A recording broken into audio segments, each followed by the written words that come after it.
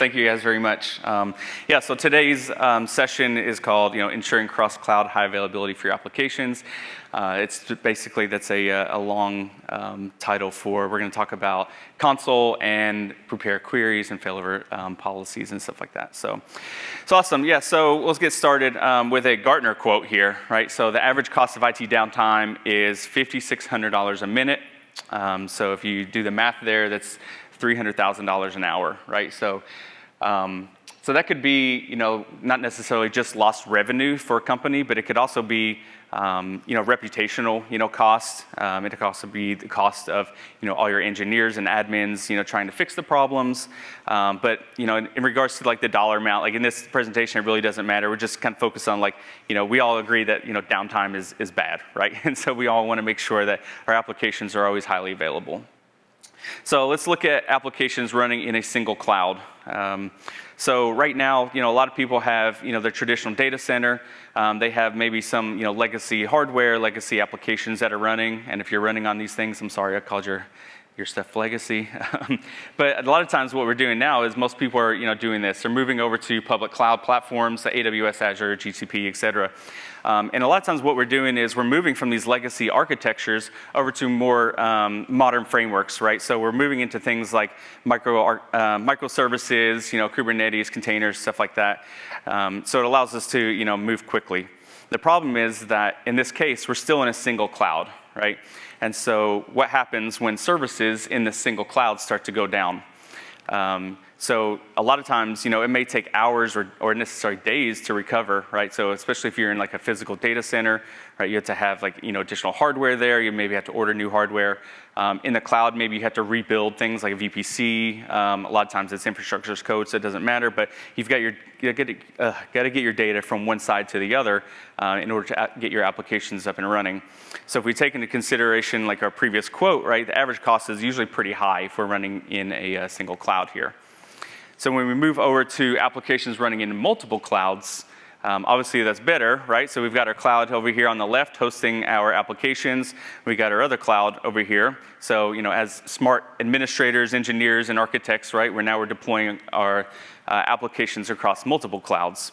The problem is, right, if we have a fire, not necessarily a literal fire, but if something happens, right, in one data center, how do we migrate all of our data to the other data center? Over to the other cloud. Now this doesn't necessarily have to be from AWS to Azure or, Azure to GCP. It could be even, within AWS, it could be like multi-regions or something like that. But it's still going to take us probably, hours to recover, right? So we may have like a bulk of data that we need to move from US East 1 to 2 or something like that. And it's not necessarily going to cost us as much money if we're in a single data center, but it's still going to cost us, an average amount of downtime. So again, reputational costs, application downtime, maybe that application is a revenue-generating application. So still bad, right? So now we kind of move up. So we have applications running in multiple clouds, but this time behind console, right? Because this is a console talk. So we have, in our case, we have two clouds. There's a cluster in each cloud. And they're federated here. And so what we have is, maybe our front end's talking to our back end here. And what happens when our back end dies, right? Well, console of the application goes out and reaches to console, and it automatically gets re-registered or connects to the surviving service, and now the application never goes down, right? So in this case, there's not really any need to recover. And the cost is very minimal, right? It could be just the cost of console or the cost of running your applications up in another cloud provider. So how do we kind of get all that straightened out with console? So quick introduction. Brian Krausen, I'm a senior solutions architect at Ahead, who Ahead just won Partner of the Year yesterday. It's pretty awesome.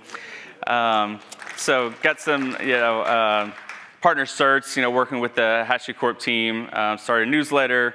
I have a Vault training course coming out, and I've participated in a lot of HashiCorp user groups and Hashi Talks this year, so that's been pretty awesome to be able to go around. And the background picture is bourbon barrels, because I'm from Bardstown, Kentucky, which is where they make I think they say 95% of the world's bourbon, so I just thought it was appropriate. So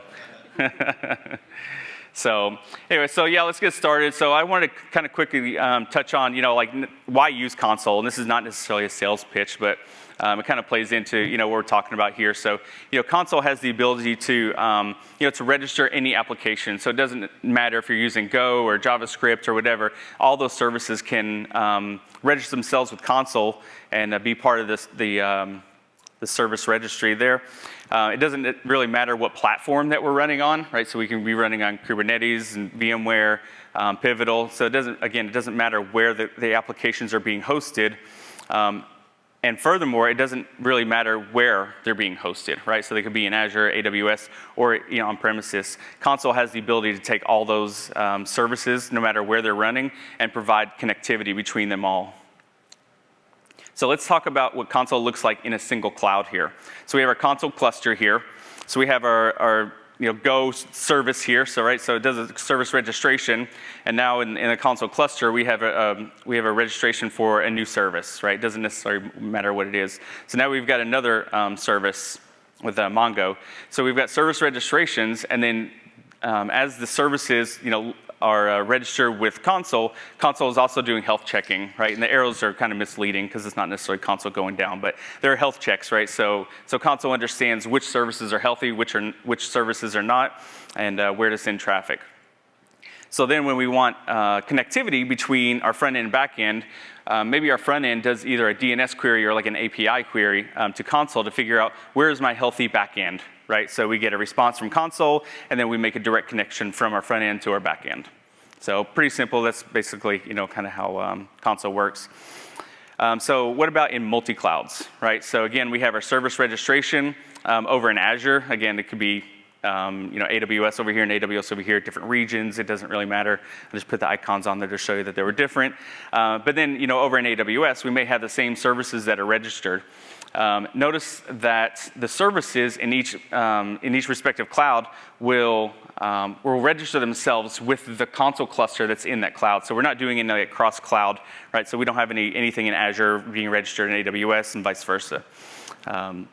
So that's basically how kind of service registration will work with those.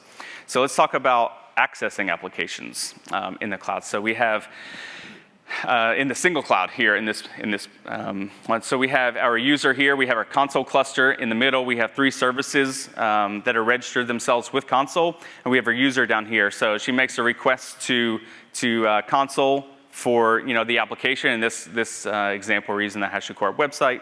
Right, and so all is good, right? It could be it's probably a DNS query. Maybe this user's coming from like a desktop or something like that. So what happens when services start failing, right? So we have the service on the left that failed, but if we refresh our page, right, the application's still running because Consul is really acting as almost like a traditional load balancer in a sense where Consul knows that, hey, that service is no longer healthy. So you notice we kind of tore down the line between Consul and the app there. So we're no longer going to send traffic over there. Same thing with the middle one, right? That goes down. We're still up because we have one surviving service that's providing, connectivity or the service for this user. But if we have, the third one dies, right? Then we have a problem, right? And now our user's sad. And so that's kind of how we do in a single cloud, right? If we don't have additional connectivity, maybe to a secondary cloud or a DR site or something like that we can fail over, then our users are not going to be able to access our application. So what does it look like in multi-cloud? So again, we have our Consul cluster over on the left. We have Azure, and then we have the same thing over in AWS on the right.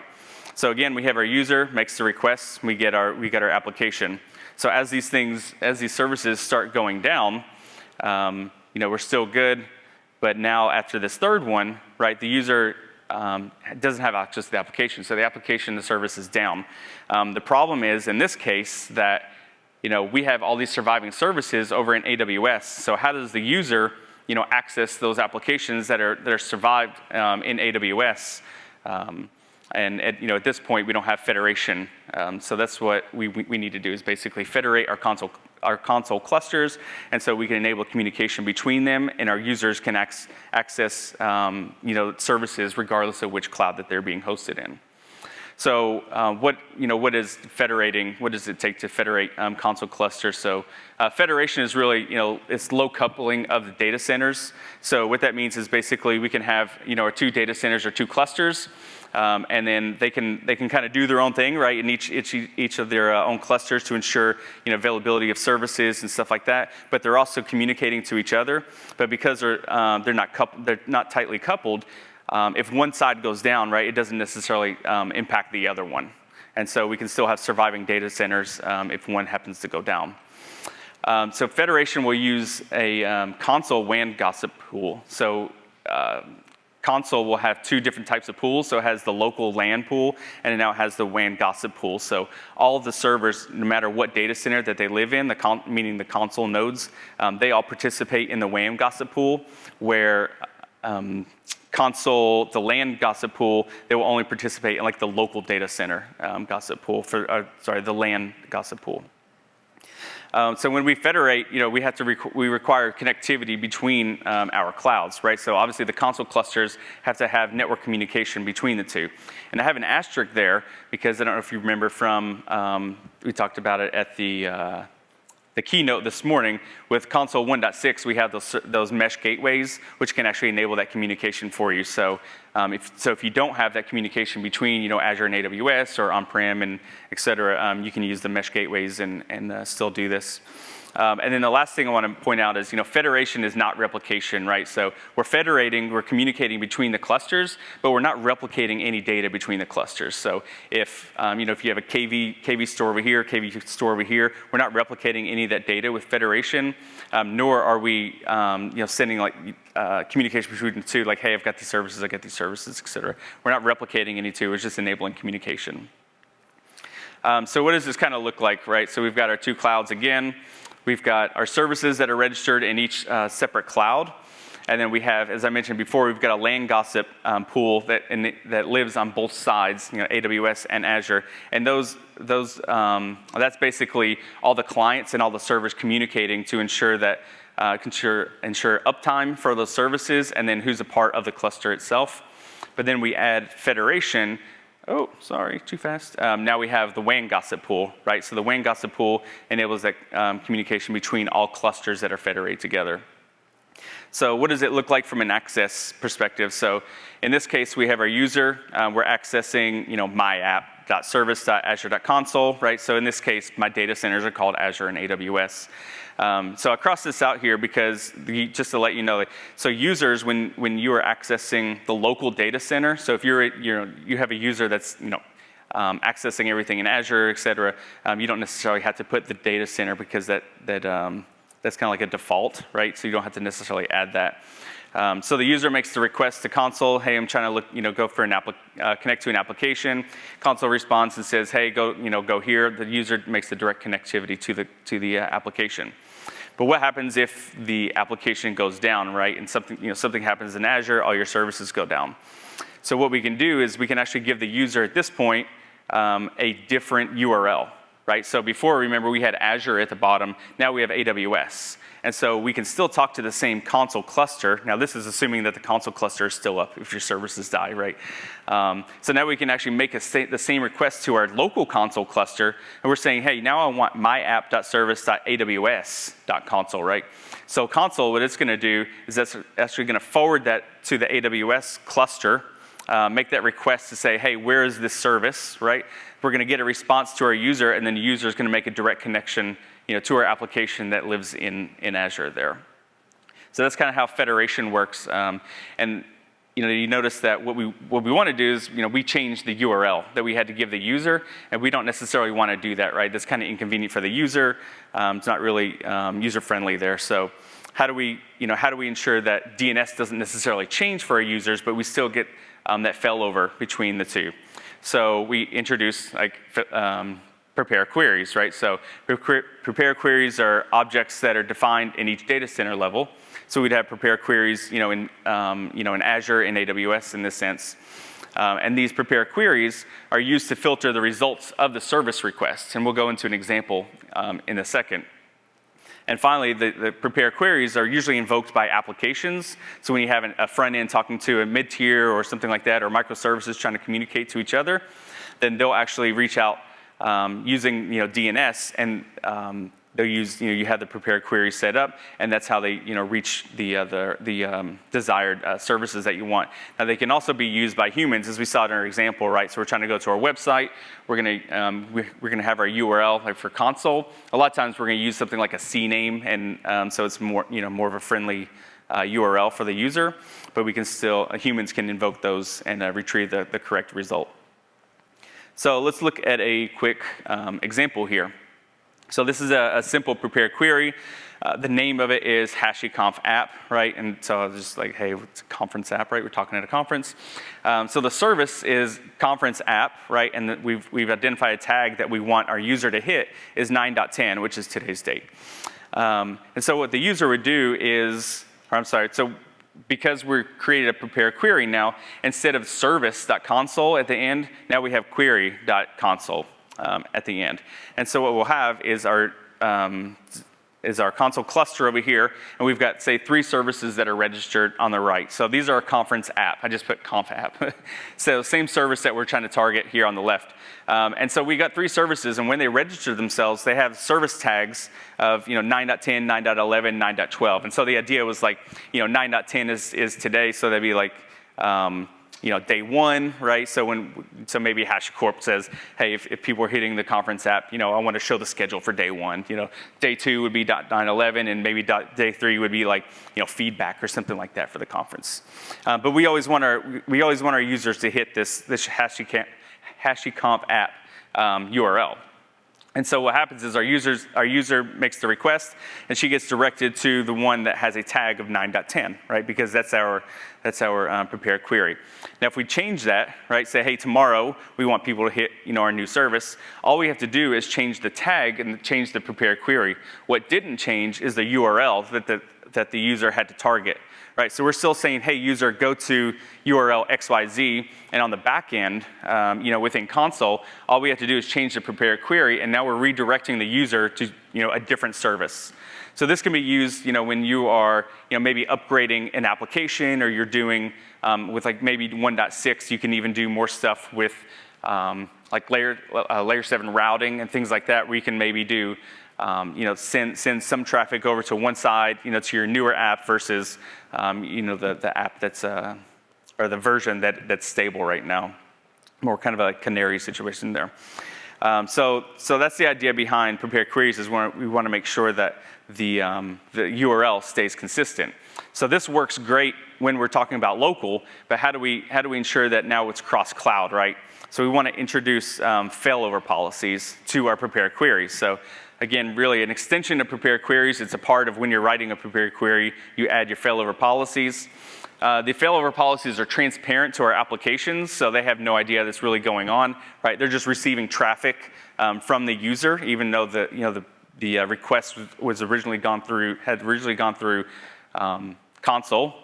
And then the failover policy will determine like the target for the request, meaning the location of where the service is, not necessarily which service within that local data center, but am I going to serve this service from the local data center? Am I going to serve from Azure, AWS, Data Center 1, Data Center 2, whatever, however you have it set up? So let's look at the failover policy types, so what's available. So we have our static policy, right? So that's really a fixed list. So you would go in there and say, hey, I want DC1, DC2, right? And so it's going to kind of follow that order of failover. So that's really kind of telling console, like, hey, I'm going to make the decisions around here, right? Then we have our dynamic policy, and our dynamic policy uses console network coordinates, and it will send to the nearest DC, and that's based upon the round trip time. From where the client is. So that's really telling console, hey, I'm going to set it up. You kind of manage it for me. Like you tell the user, where the closest service is and where they're going to get the best performance from. And then we have our hybrid policy. So the hybrid policy will use the round trip time first, and then it will actually use the alternate DCs that you have. So kind of a combination of static and dynamic there.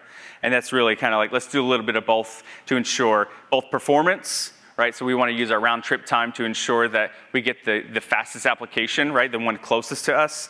And then we also ensure that, hey, if it doesn't matter, in regards to speed, let's just ensure that we have this kind of backup list here. So DC1, DC2. So if something is not working, like we can kind of fail over those DCs, as needed. So quick example, I didn't really do a demo, but so I did all kind of animation here. So what does this look like?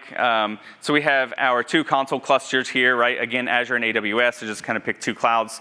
Again, these could be, different regions in the same cloud. So if you're an AWS shop and you're using US East 1 and US West 1 or something like that, that could be the same thing. If you're on the data center, your traditional data center on the left and AWS on the right. So it doesn't really matter. It works the same way. So we have our user again. Our user wants to access our app again. So the request is made from our front-end app to console. Hey, I want to connect to the back-end. And it establishes connectivity to our back-end. And now the user is presented with the application, right? So this is more like, thinking about more like microservices, right? So as we break apart our application and enable communication between our microservices. However, again, if our database fails, right, how does the app continue to work, right? So console, the front end again makes a request to console because remember in console the default TTL on DNS is going to be 0. So every time we need to reach out to that database, we're going to make another DNS request. And so it makes the request to console. Console's like, hey, this service is no longer available, but this one is. So the application makes the call to the back end, and the application is refreshed, and everything's working. So you didn't really go down. So quick review on what we talked about. So legacy requests really is would be considered kind of DNS. So we're going into DNS, we're configuring A records and stuff like that. We can automate that kind of stuff if we're using, like appliances that support API calls and things like that. If we're using traditional DNS, like on Microsoft or something, it's much harder to do. So if we want local availability, right, we can introduce the prepare queries, right? So we can say, hey, we want to upgrade, maybe versions, or we want to send folks over to these sets of servers for our application. And then we have cross-cloud availability, which is really the failover policy. So a couple quick key takeaways here. So DNS, right, is pretty simple to do, but it's not really flexible in terms of like providing high availability. Some newer things are, if you're using like AWS or some other appliances, you can set up, kind of failover policies or routing policies within there. But traditional DNS is not really flexible. So when we talk about prepare query, prepare query is dynamic, so we can ensure that our application is up. And if we have failures, right, we can migrate users over to those other failures. But prepare queries are only local, right? So they're not necessarily cross-cloud or cross-data center. And then we have our failover policy. So our failover policy is really our ideal solution for multi-cloud apps. And that's it.